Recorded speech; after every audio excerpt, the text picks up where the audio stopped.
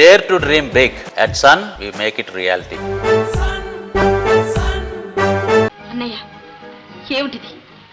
ఈ డబ్బు ఎక్కడిది, పెట్టెక్కడిది? నేను ఎక్కడ దొంగిలించలేదు, అప్పు చేయలేదు. సంపాదించాను, పట్టుకొచ్చాను. ఎలా సంపాదించాను మాత్రం అడగద్దు. అన్నయ్య, నీ సంపాదన ఎంతో నాకు తెలీదా?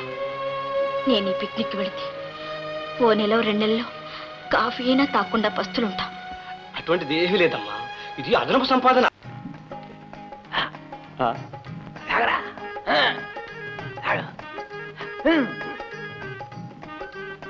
రే మోహన్, అయిందా? అయిపోయింది, ఇంకా కొంచెమే ఉంది. అప్పుడే టీ తాగొచ్చేసారా? ఇప్పుడేంట్రా, గంట అయితే. రే, తెల్లవారేసరికి అడంకు చేరుకోవాలా, లేకపోతే సావుగారు చంపేస్తాడు. అయిపోయింది, ఇంక తీసుకెళ్ళండి.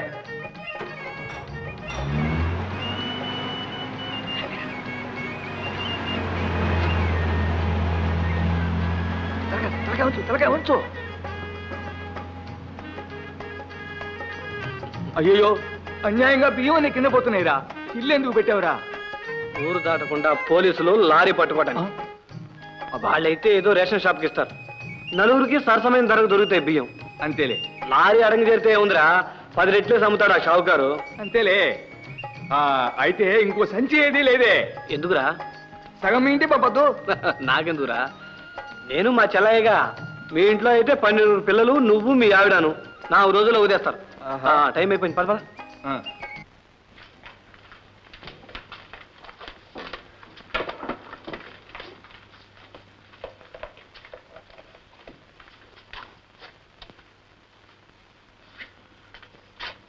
మన సంగీతంలో ప్రైజ్ వచ్చింది కదా చెల్లైకి, వెంటనే వచ్చేసారు రేడియో వాళ్ళు. ఇది మొదటి ఛాన్స్ అనమాట రేడియోలో చెల్లైకి పాడటం. దేశం అంతటా వింటారు అనమాట చెల్లై పాట. చూసుకుంటున్నా సాధారణంగా కలకత్తా, ఢిల్లీ, బొంబాయి నుంచి వస్తారు మా ఊరు రమ్మంటే మా ఊరు రమ్మని. ఏమైనా సరే బియ్య పూర్తి అయ్యేదాకా ఒప్పుకొని ఈ కచేరీ. చెల్లై చెల్లై చెల్లై, నీ పాట వింటాను వీళ్ళందరూ. ఎంత బాగా పాడావమ్మా. నీ పాట వింటుంటే నేను ఏడుపు ఆపుకోలేకపోయానమ్మా. అంత బాగా పాడావన్నమాట. అన్నయ్య, ఈ రేడియో ఎక్కడిది? కొన్నావా? అబ్బే, ఒక స్నేహితుడి దగ్గర ఉంటే పట్టుకొచ్చానమ్మా.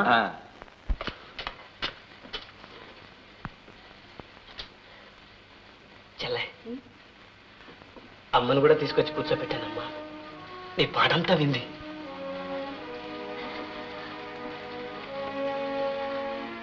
అన్నయ్య, అమ్మా,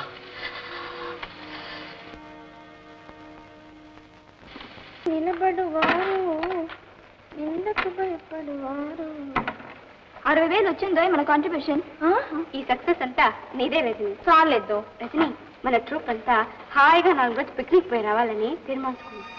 ఎక్స్క్యూజ్ మీ, నేను రాలేను. మా పరిస్థితులు బాగాలేవు. నువ్వేమన్నా సరే, మేము ఒప్పుకోం, వచ్చే తీరాలి. మోహన్ లేడా అండి? కూర్చోండి, బయటికి వెళ్ళాడు, ఇప్పుడే వస్తాడు. నాకు చాలా తొందర పనులు ఉన్నాయండి. రేడియోకి ఇన్స్టాల్మెంట్ కట్టాలని చెప్తారా అండి? రేడియో ఇన్స్టాల్మెంటా? అవునండి. ఆ రేడియో మా అన్నయ్య కొనలేదండి, ఒక స్నేహితుడి దగ్గర తీసుకొచ్చాడు. లేదండి, మా దగ్గరే కొన్నాడండి. ఇదిగోండి బిల్లు.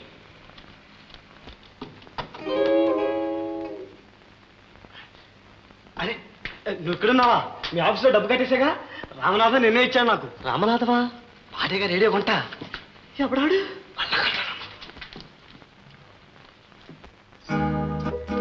రామనాథన్ గారి చాలా భయం. అన్నయ్యకి తెలియకుండా కొన్నాడు రేడియో. మీ ఇంట్లోనే ఉండేవరా, నెమ్మదిగా మా అన్నయ్యతో చెప్పి ఆ తర్వాత తీసుకుపోతాను అని. అదే, అందుకే నా పేరు రాయించాడు బిల్లు.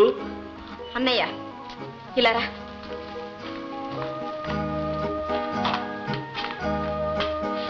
అమ్మ ఫోటో మీద చేయి పెట్టు.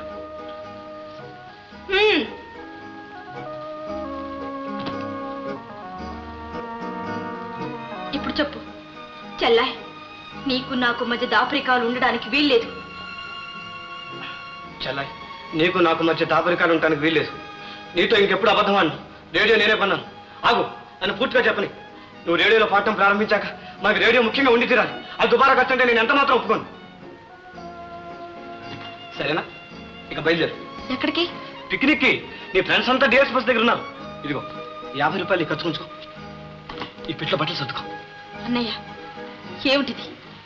ఈ డబ్బు ఎక్కడిది, పెట్టెక్కడిది? నేను ఎక్కడ దొంగిలించలేదు, అప్పు చేయలేదు. సంపాదించాను, పట్టుకొచ్చాను. ఎలా సంపాదించాను మాత్రం అడగద్దు. అన్నయ్య, నీ సంపాదన ఎంతో నాకు తెలీదా?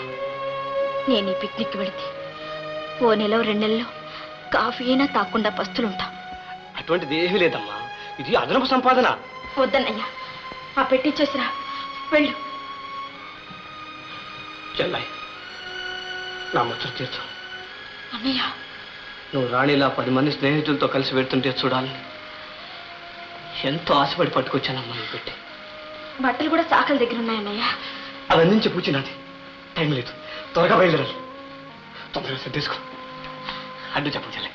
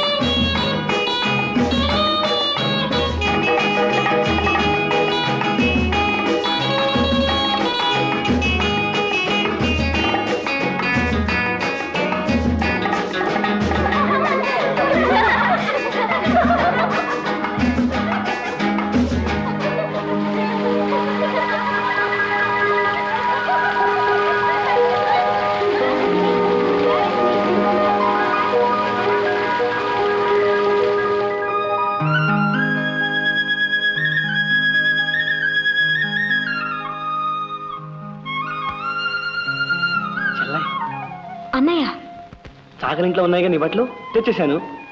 50 మైళ్ళు సైకిల్ మీద వచ్చావా నాకు బట్టలు ఇవ్వడానికి? ఆడుతూ పాడుతూ వచ్చేసాను చెల్లాయి. మనం ఒక పిక్నిక్ ఎందుకు చేయకూడదా అనిపించింది. రాత్రి దాకా బంక్లో కూడా డ్యూటీ లేదు, ఇంట్లో ఏం తోచలేదు, అందుకని బయలుదేరి వచ్చేసాను.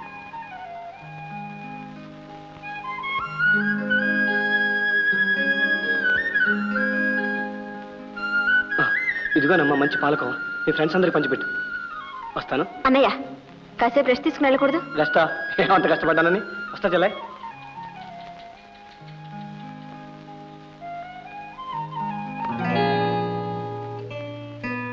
అసలైన సోదర ప్రేమను గురించి ఎప్పుడో పుస్తకాల్లో చదివాను, ఇప్పుడు ప్రత్యక్షంగా చూస్తున్నాను.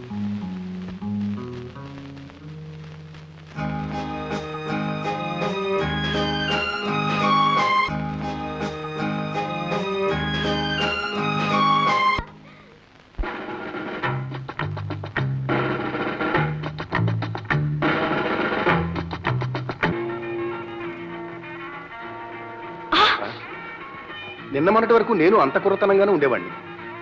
ఒకనాడు చిదానంద స్వామి వారిని ఒక మహాజ్ఞాని ఉపన్యాసం ఇస్తున్నాడు. అడ్డు ప్రశ్నలు వేసి అల్లరి చేద్దామనే ఉద్దేశంతో వెళ్ళాను. అయితే సభకు వెళ్ళిన వ్యక్తి వేరు, తిరిగి వచ్చిన వ్యక్తి వేరు. ఆ మహాజ్ఞాని నన్ను పూర్తిగా మార్చివేశాడు ఒక్క చూపుతో.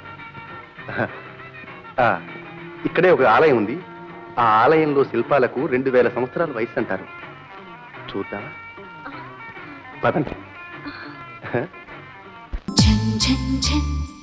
తెలుగు